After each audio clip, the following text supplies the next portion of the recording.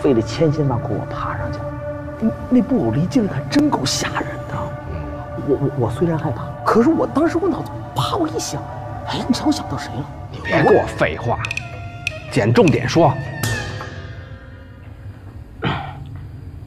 完了我就心一横眼一闭，我就把他给蹬上来了。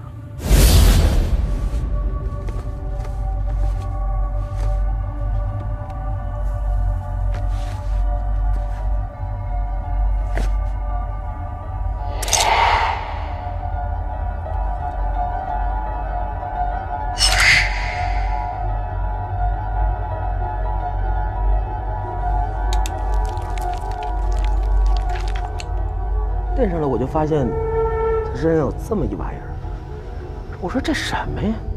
我当时想了，老胡你在龙里迷窟的时候，你拿着那蚊香玉的时候，你不闻了吗？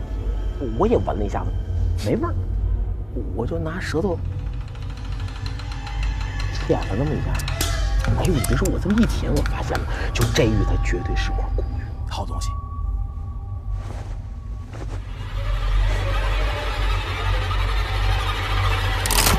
或许，可能跟这洞里有放射性的矿石有关，导致这些虫子迅速变异。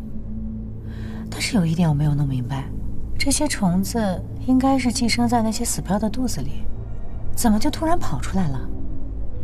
应该是跟咱们打死那只大虫子有关系。确实有这种可能性。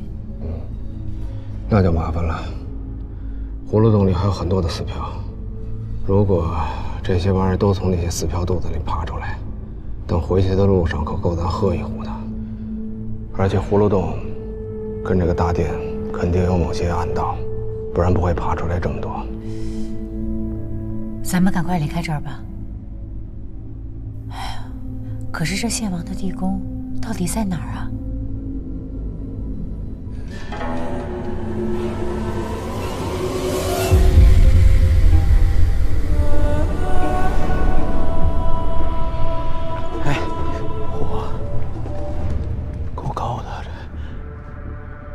哎，老胡，你往底下看什么呢？啊？不是，你赶紧想想啊，那献王地宫到底在哪儿啊？这阴阳风水里有记载：未看山，先看水；有山无水，修寻地。山和水本是阴阳一对，有山无水，不能称其为龙脉。即是山随水转，阴阳相依，两山加一水，山水汇，即龙池。所以在我看来，这个地方刚好是两山加一水的天子穴格局。这献王老儿的地宫，应该就在这神坛之下。神坛里？不可能吧？那坛里是水啊！那木要是在水里面，不就给淹了吗？我突然想起个事儿。之前我掉下去往回游的时候，无意中在坛下深处发现一个洞。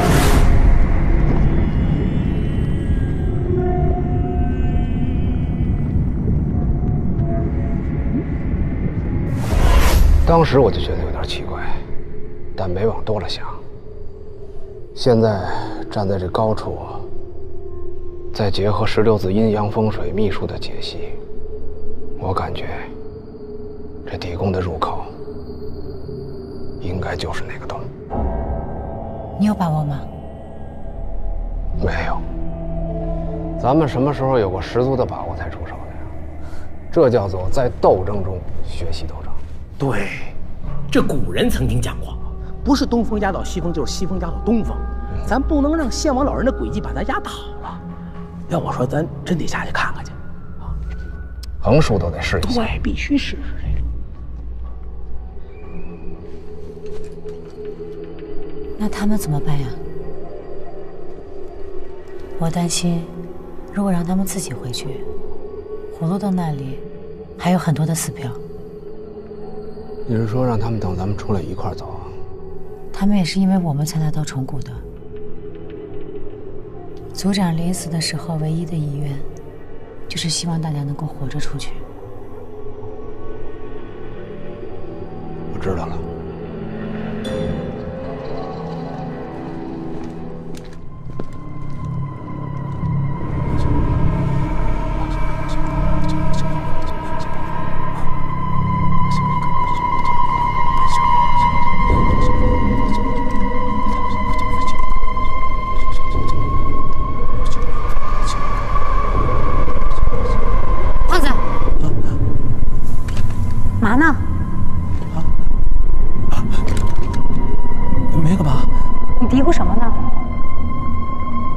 在说话了吗？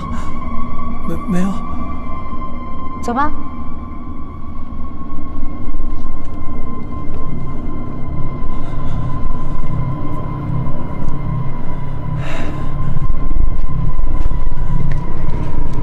大家都不要担心，只有我们在一起，就一定能获得回岗。阿达，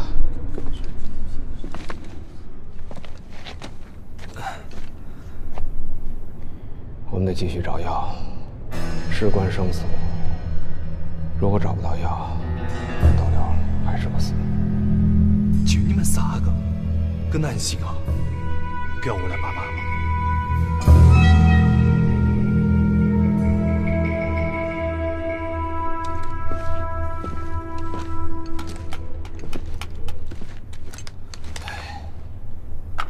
怎么样？那个叫扎龙的说他们自己回去不安全，坚持要跟咱们走。哎，这胖子有点不对劲儿啊，总是莫名其妙的自言自语。你去看看。是吗？他中什么邪了？累傻了吧？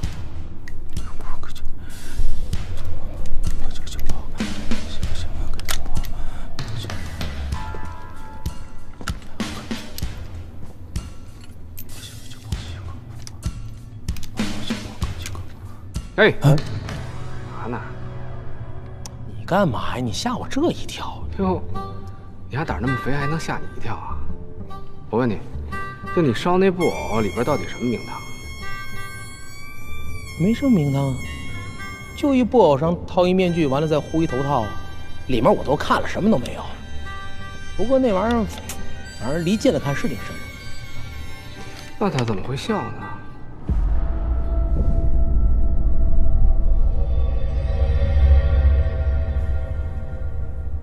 会笑啊？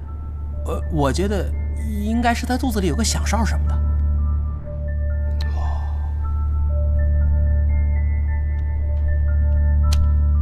你先忙吧。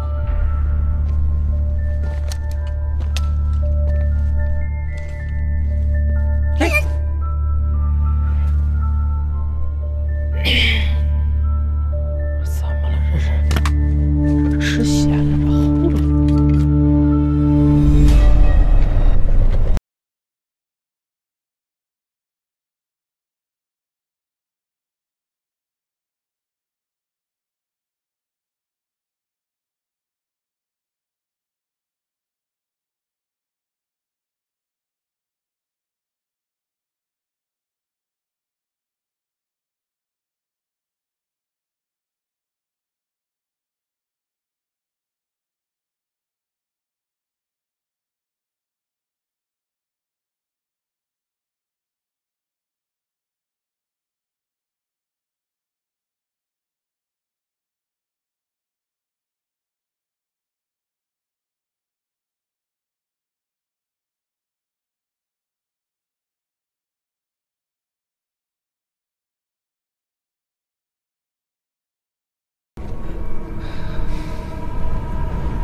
没有。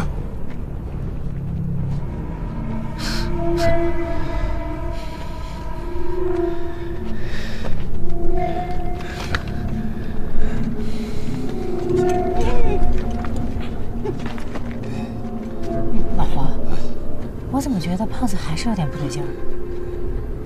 哥，你还不放心呢？这事儿简单啊，试一下不就得了？哎，转过去。干嘛呀？叫你转过去，怎么不听话呀？哎，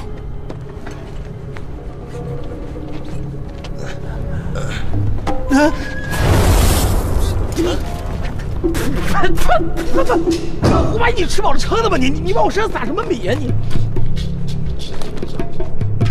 哎，你还不会觉得我让鬼上身了吧？不是，刚才你不是碰了个邪性的木偶吗？那玩意儿晦气重，我是帮你驱晦气，别好心当成一杆嘴啊！没走。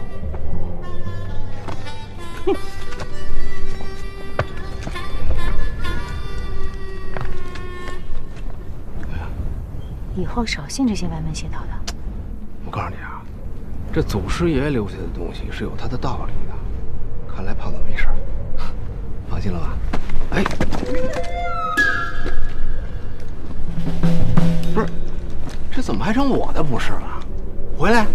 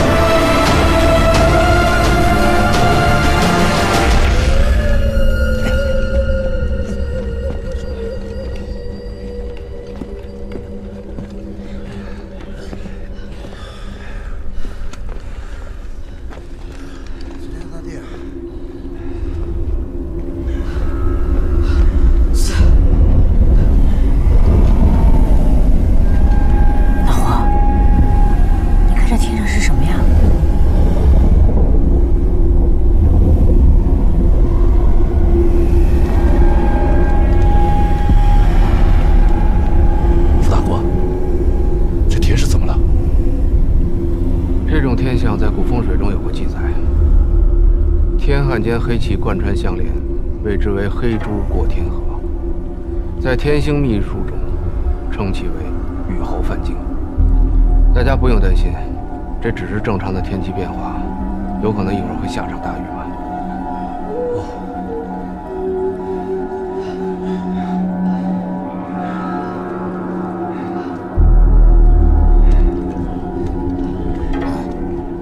我记得《青竹第7论》里说过。黑珠渡河，则必诸此地有古石作祟，是以湿气有阴重阳。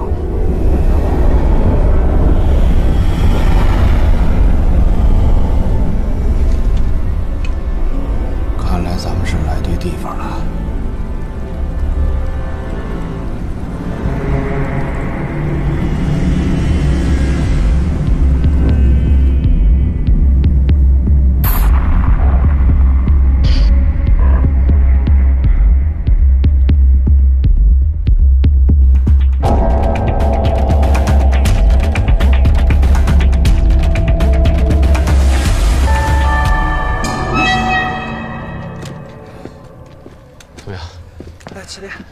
老大，哎，那你们就在岸边休息吧。啊，傅大哥，真不用跟你们一起去干。不用了，放心吧。阿达，照顾好你的族人和你自己。嗯。万一晚上我们没回来的话，你们就带上这些家伙先回去吧。啊，晚上如果你们不回来，我就下去找你们了。不用，水下不是你们能去的地方。啊！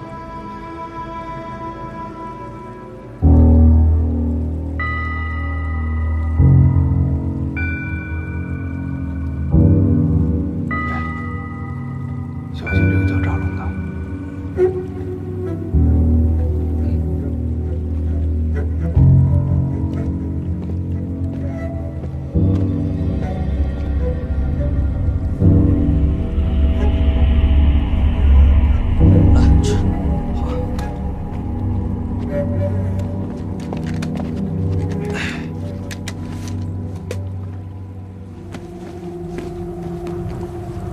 之前我掉下去的时候啊，对下面的地形大概了解了一下。那个洞口应该是从咱们现在这个位置向左偏20度的方向，距离不是很远。这水下会是墓道吗？如果整个地宫都被水淹没了，咱可没带氧气筒啊，这在水里根本就坚持不了多久。我猜这个献王墓应该不是平面直扑推进的那种，要么是回字形，要么就是井字形。就算是墓道里面进了水，地宫也是处于一个绝对封闭的环境。甘愿吗？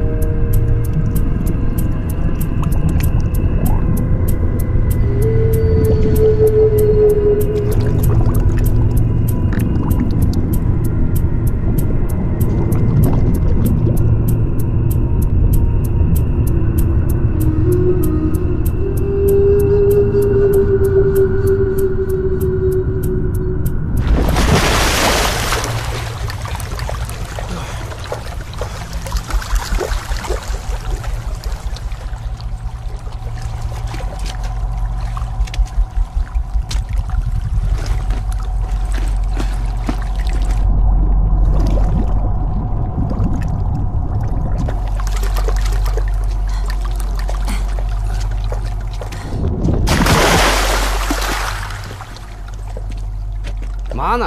赶紧上来啊！别磨磨唧唧的。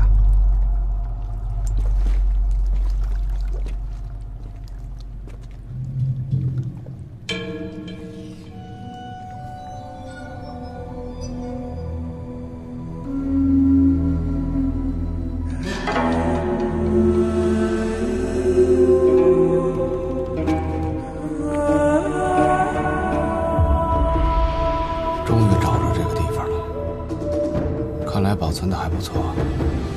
这些石像也应该起到了一定的震慑性作用。走，去那边看看。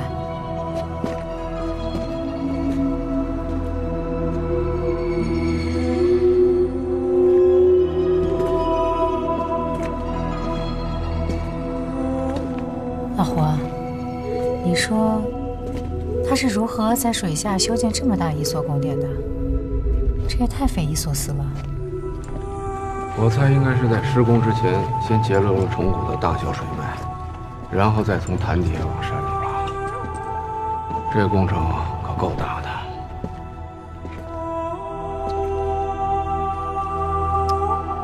胖子，你干嘛呢？嘿，胖子，有病吧你？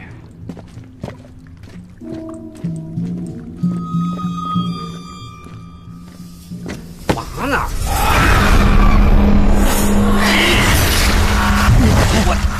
胖子！哎，胖子！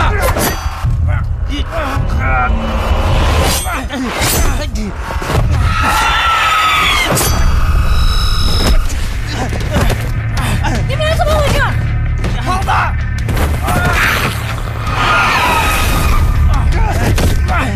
胖子！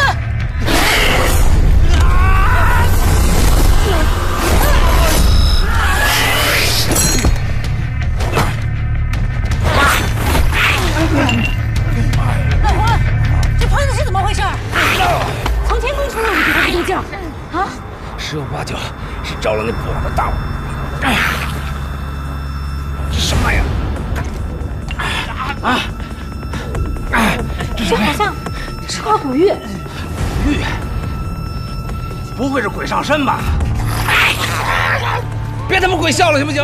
我告诉你，我可带着桃木钉呢，胖子。他好像有什么话要说，我好像控制不了自己。这怎么回事啊？这孙子又顺手牵羊啊！我不都告诉过你，不是什么都能随便拿的吗？啊，杨大宝，你看看这玉石到底什么玩意儿？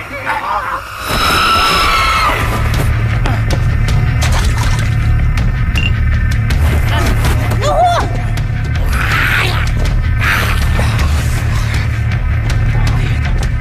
小心点儿！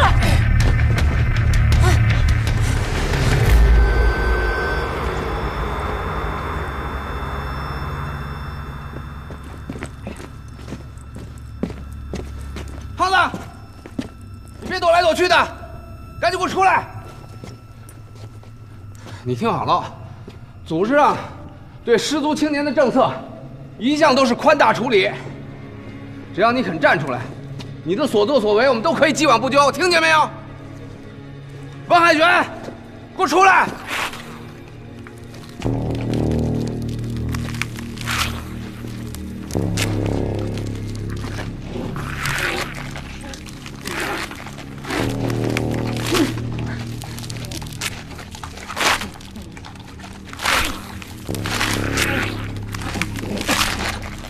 我去，还真中邪了！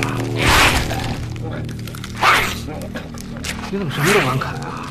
我怕毒死你！哎！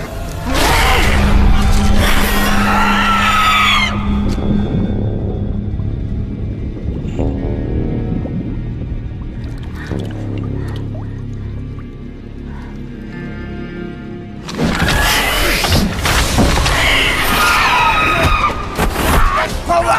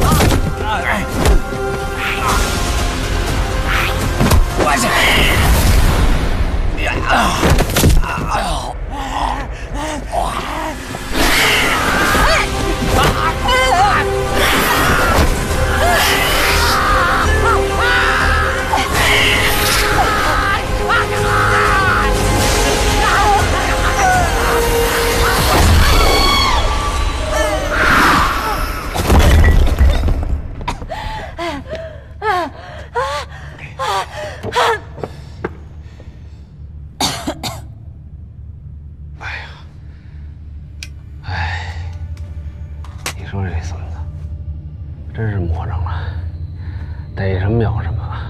哎，幸亏没咬着你杨参谋，要不然可便宜他了。合着您是担心这事儿呢？哎，这到底什么玩意儿？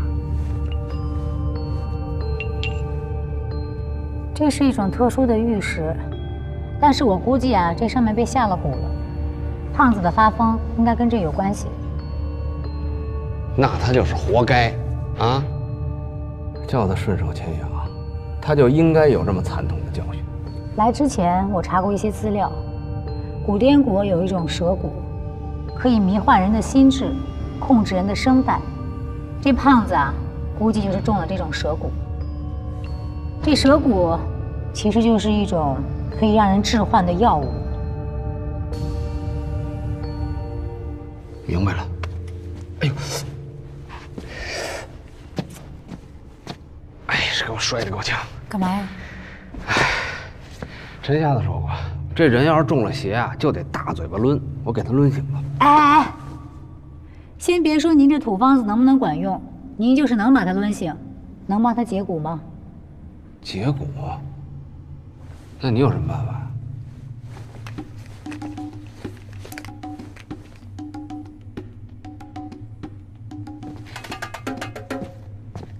什么玩意儿？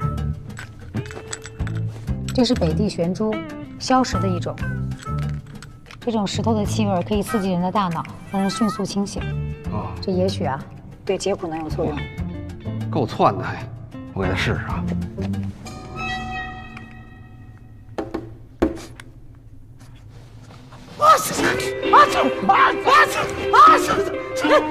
还挺好使啊。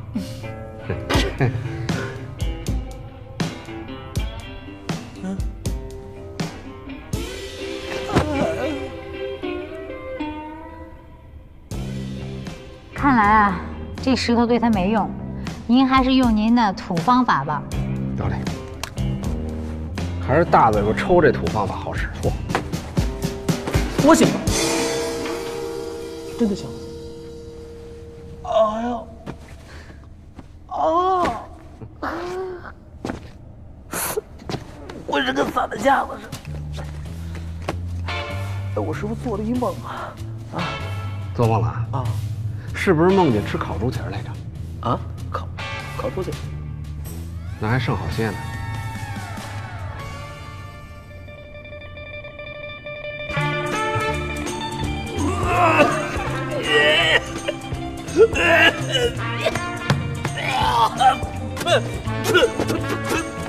恶心死我了！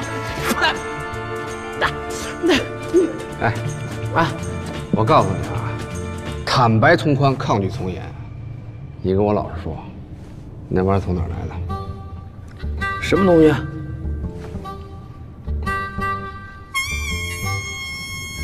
不知道啊。他还是脑子不清楚，把你那玩意儿再给我使使。来，不，我又想起来了。这个，我不是上去烧那布偶吗？啊，我跟你说，我真是历尽千辛万苦，好不容易爬上去。那布偶离近了看，真够吓人的。就我害怕，可是我当时我脑子啪，我一想，哎，你知道我想到谁了？我想到你们，万一我要真的出了事儿了，谁来保护你们？哎，我再想，我不就面对一个破人偶吗？我有什么可怕的呀？别给我废话，捡重点说。完了，我就心一横，眼一闭，我就把他给蹬上来了。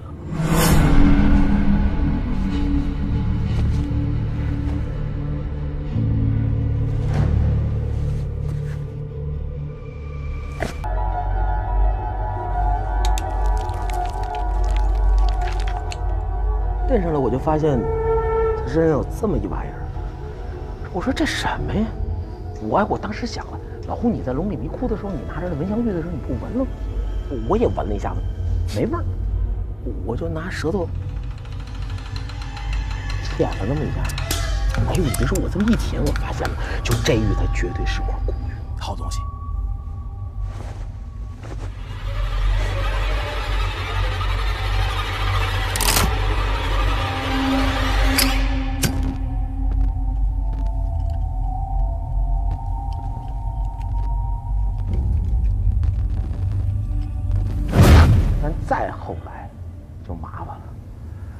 舌头就钻心的痒啊，我就说不出话来了。到最后我逮什么我想咬什么，我控制不住自己了都。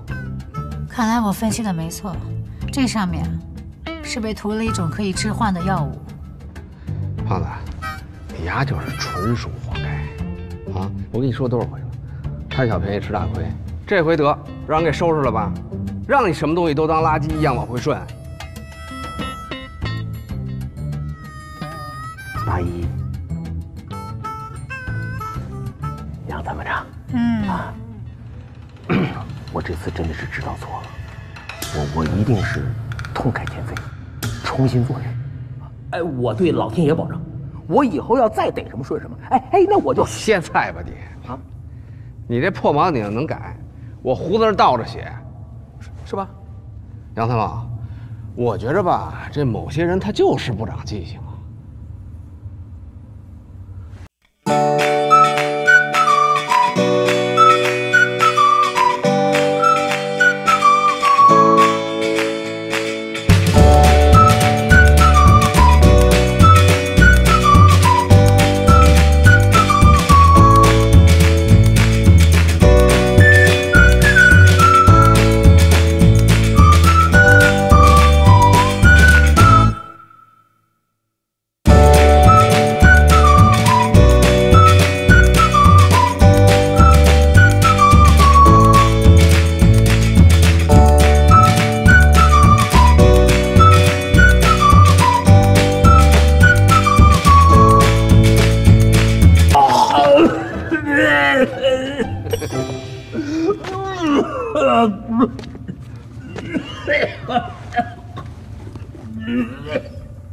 杨参谋，来一下。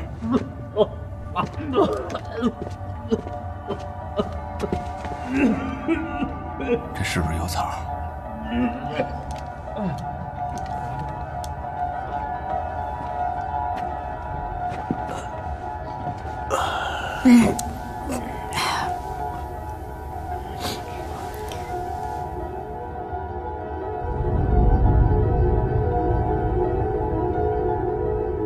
这应该是储存尸油用的。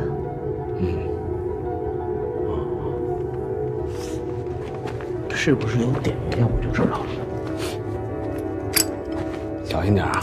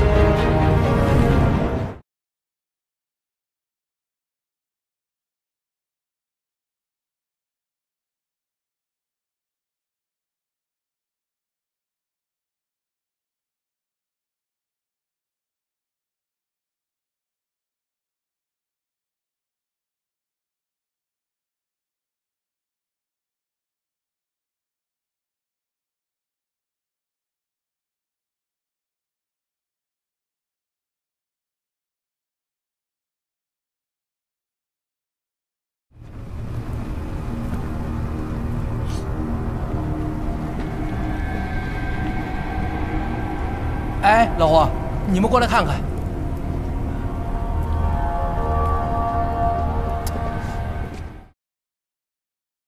那儿好像是扇门呢。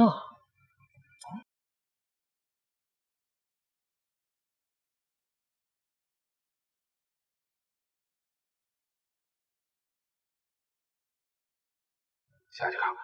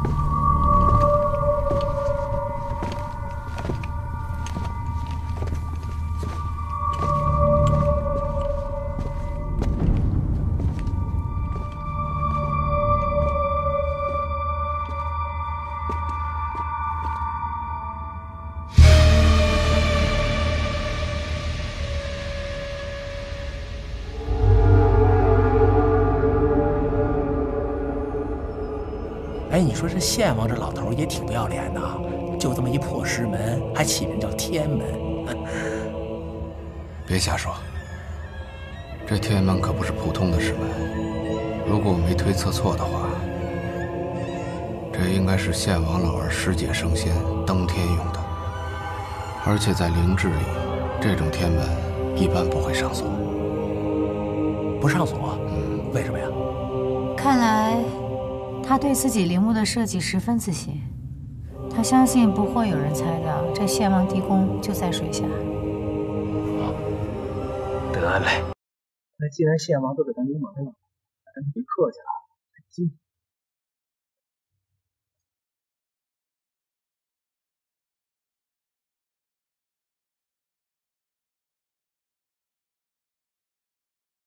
小心点。你说这门要真没有锁，真不知道该怎么弄。哎，杨参谋，你们班是？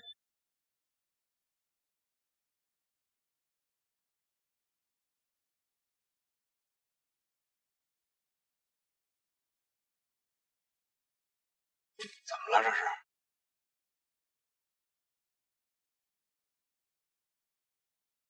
如果沐晨珠就在这扇门的后面，咱们进去之后将会面临什么样的情况？还能不能活？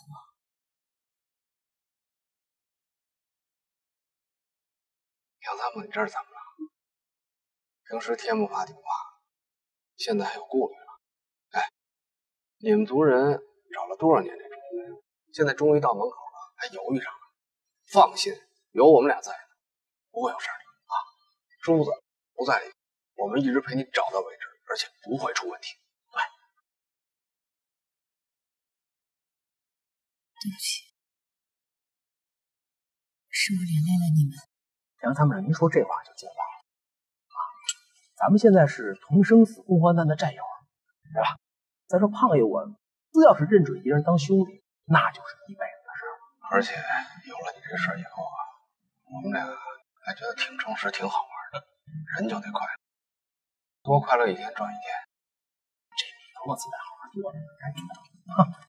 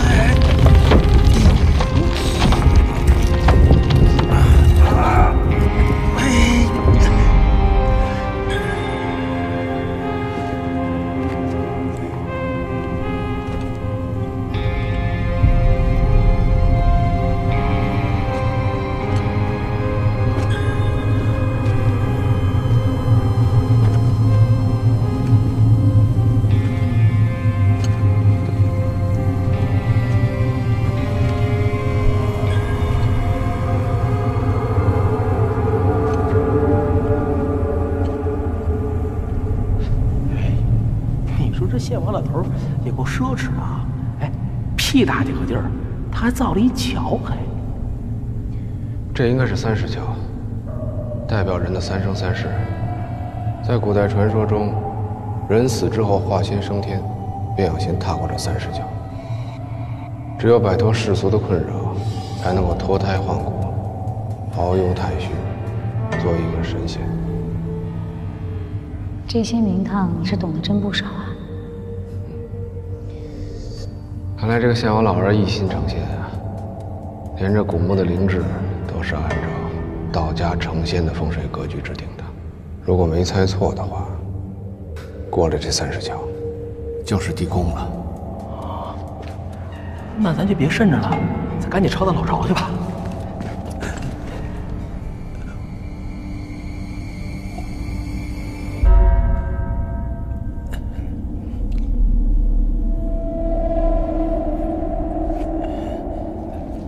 你们先走了。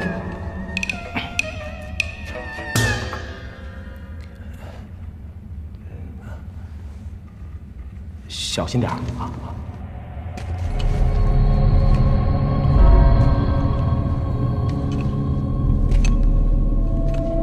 怎么了？高，实在是高了。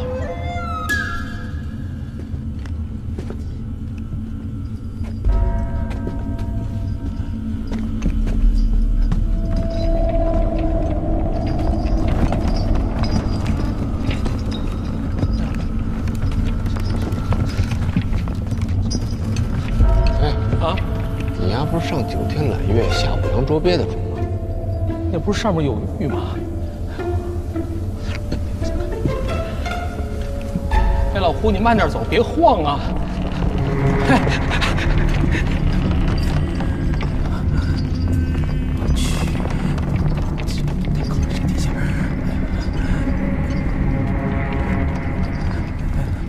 慢点儿。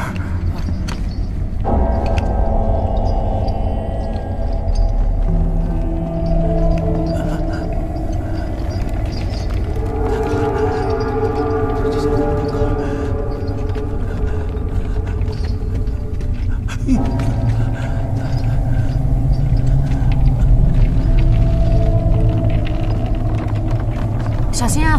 我稍会儿，太高了，你慢点儿，慢点儿。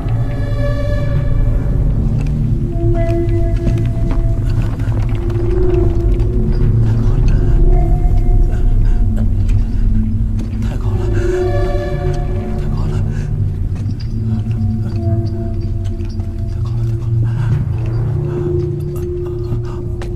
小心着。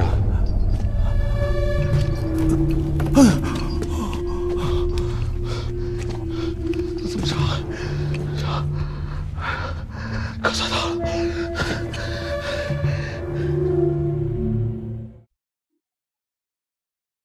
哎，这里边怎么3口棺材？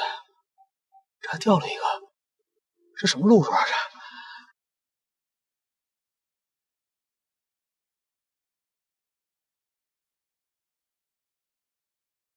这棺材木料不错啊，这小伙子腿都不好使了。这棺材什么料？别乱跑！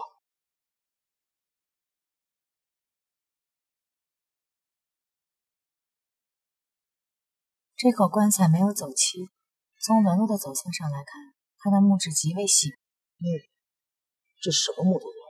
印子木，这种植物在深山老林被阴冲，常年不见阳光，而且几百年年轮才会长一圈，是非常罕见的木料。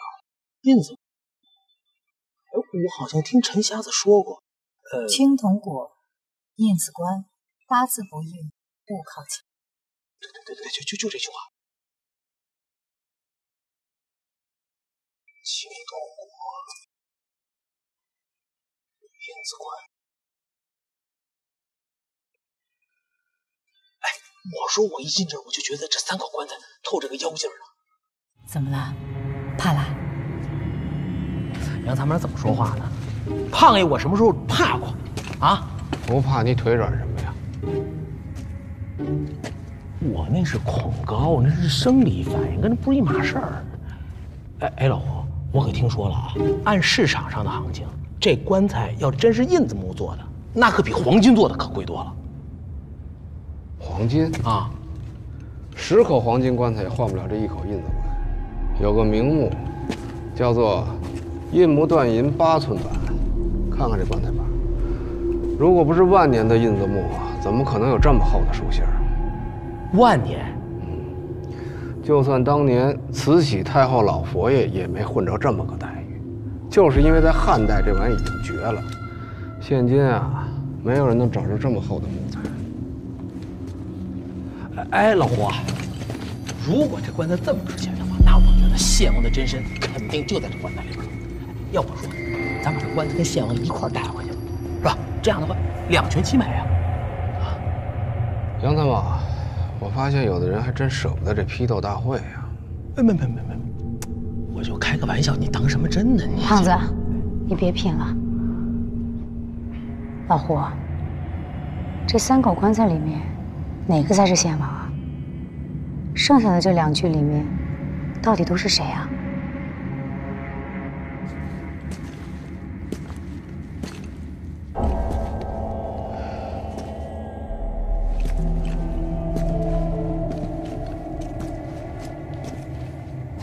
我现在也摸不着门道。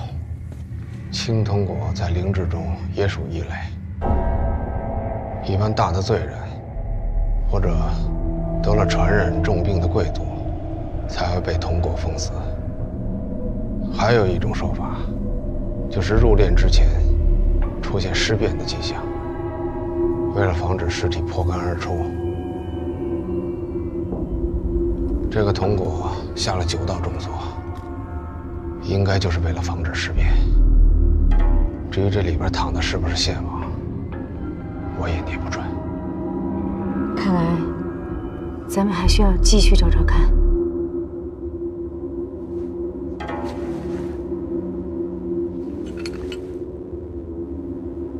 哎，老胡，你们过来看一下，这棺材明显比那俩棺材短一截儿。我琢磨着。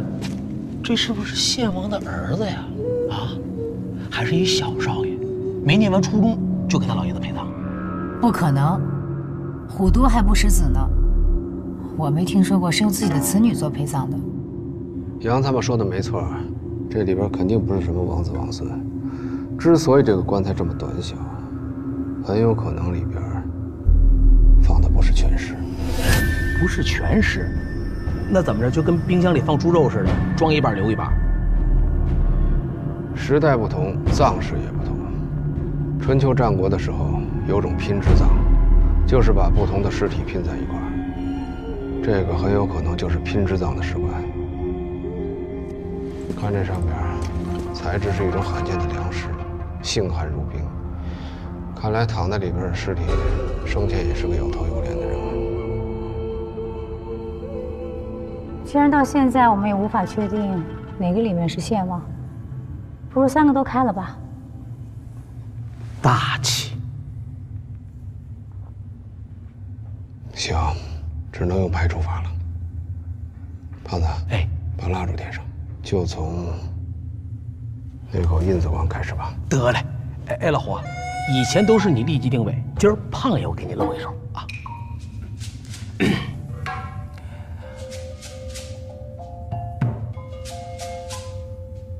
24为肩，68为足，左3右7，带9归1，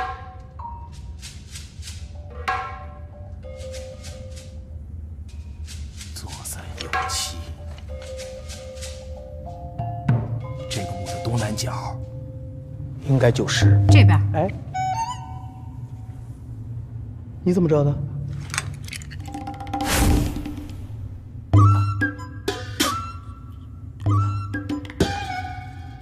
对，这边，东南角，没错，就这边啊。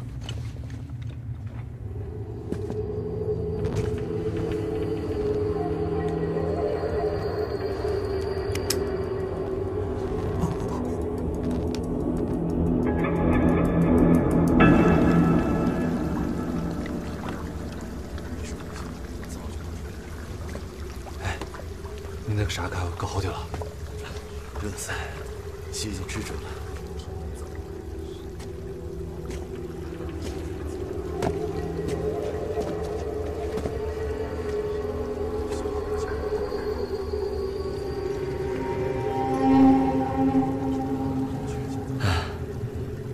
我们这回出来，兄弟们死呢死，伤呢伤，就连组长也。要人的，我们就不该追进来。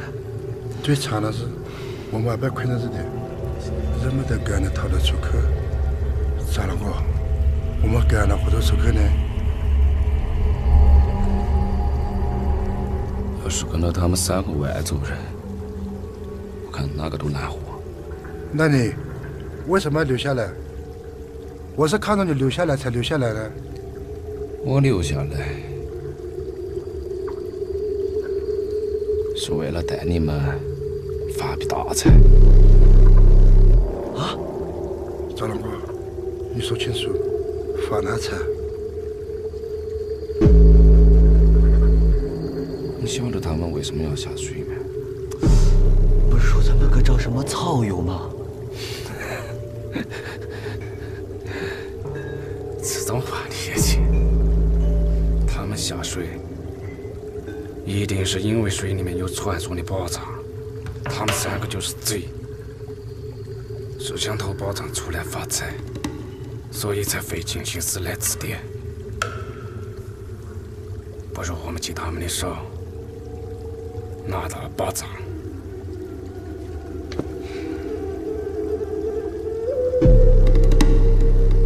我跟你们说，老胡，你说这3世桥代表献王的3生3世，有没有一种可能性？I don't ever slow up, no I don't take shit. I got no love for the fakeness. If you wanna play tough and wanna hate this, I'll always show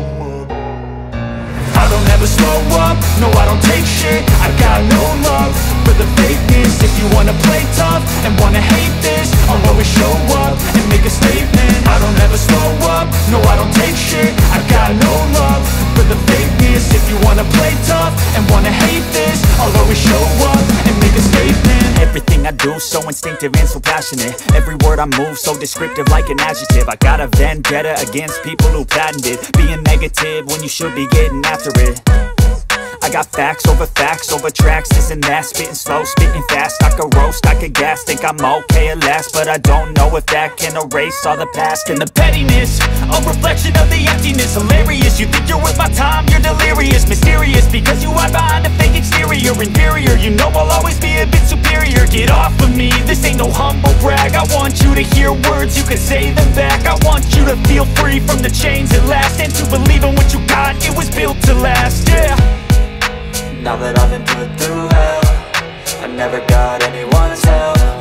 I had to do it all myself. I don't ever slow up, no I don't take shit. 这边。胖子，哎，你刚才点了几支蜡烛？3根啊，开3口关点3根蜡烛。看，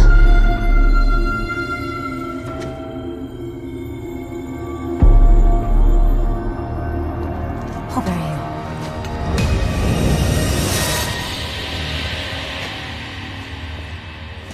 邪了门了，怎么多6根啊？这什么玩意儿？去看看，小心点。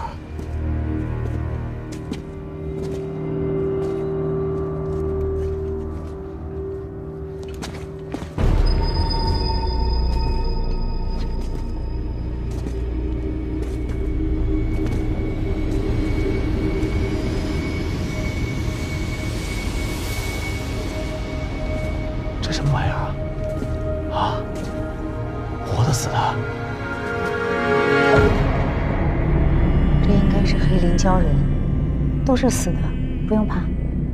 黑鳞鲛人，传说在古代的时候啊，这种怪物聚集在深海，专门袭击往来的船只，遇害的人被吃得连骨头渣子都不剩。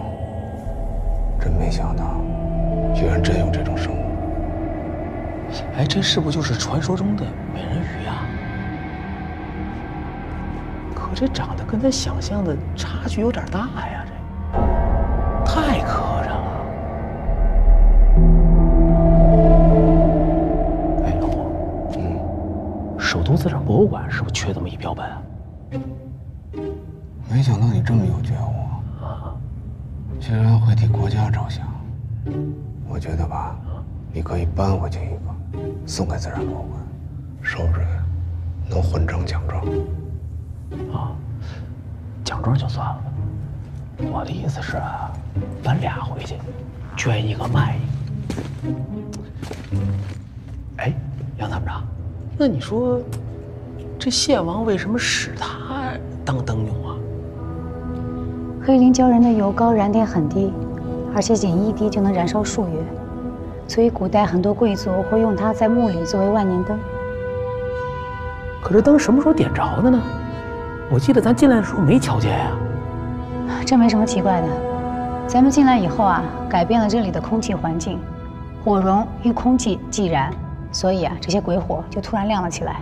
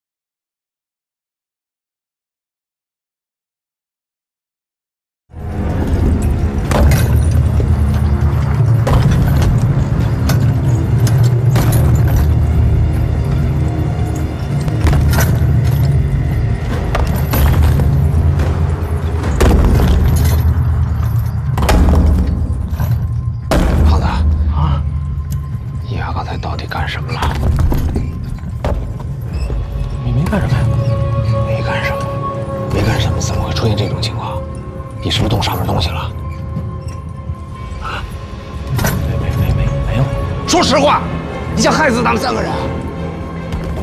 你要是拿了，就赶快交出来。是这样，我就看有这么个玩意儿，我就拿它看看。我没想顺它，真的。这什么？这是青铜镜，古代镇尸的法器。镇尸的？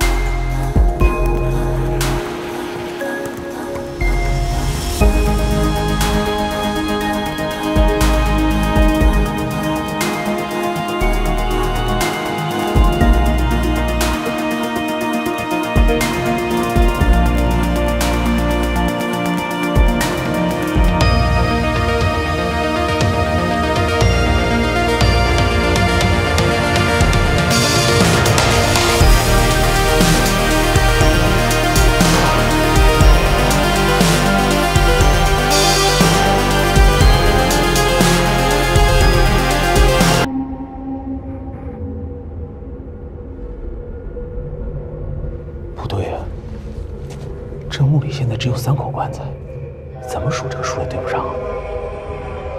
老胡、胖子，你们过来看。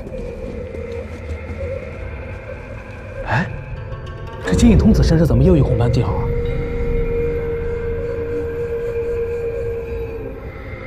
老胡，你是不是说过，每一盏灯都代表一个尸体？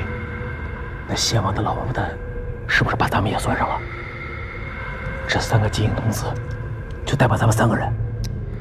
别一惊一乍的，自己吓唬自己。我不是自己吓唬自己，你看，这红斑跟咱们身上一模一样，这说明什么？难道是牛尾巴抽苍蝇赶巧了？这不是巧合。